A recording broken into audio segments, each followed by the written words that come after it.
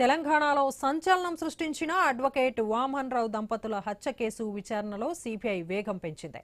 పెద్దపల్లి జిల్లా కోర్టుకు సిబిఐ అధికారులు వచ్చారు. హత్య కేసుకు సంబంధించి పలు విషయాలు అడిగి తెలుసుకున్నారు.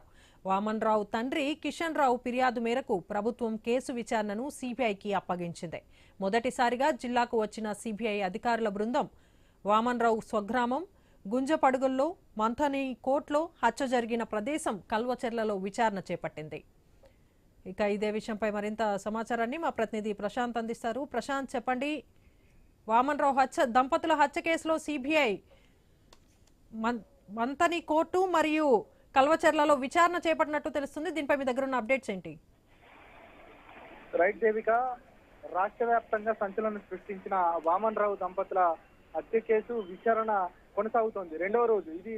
నిన్న మంత్రికి మన రామగుండానికి సంబంధించి పూర్తిగా సిబిఐ ఎంక్వైరీకి ముందుకెళ్తున్న నేపథ్యం ఈ రోజు పెద్దపల్లి జిల్లాలో పర్యటించారు. దీనికి సంబంధించి ప్రధానంగా వామన్ రావు తండ్రి కిషన్ రావు ఫిర్యాదు మేరకు రాష్ట్ర ప్రభుత్వం న్యాయవాద దంపతుల కేసు విషయానికి సంబంధించి విచారణకు సంబంధించిన సిబిఐకి అప్పగించింది case.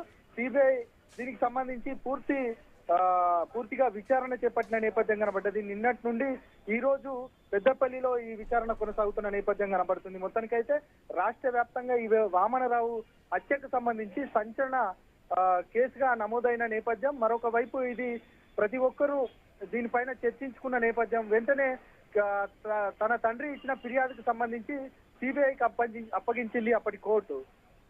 Devika. Okay, right. Thank you Prashanth.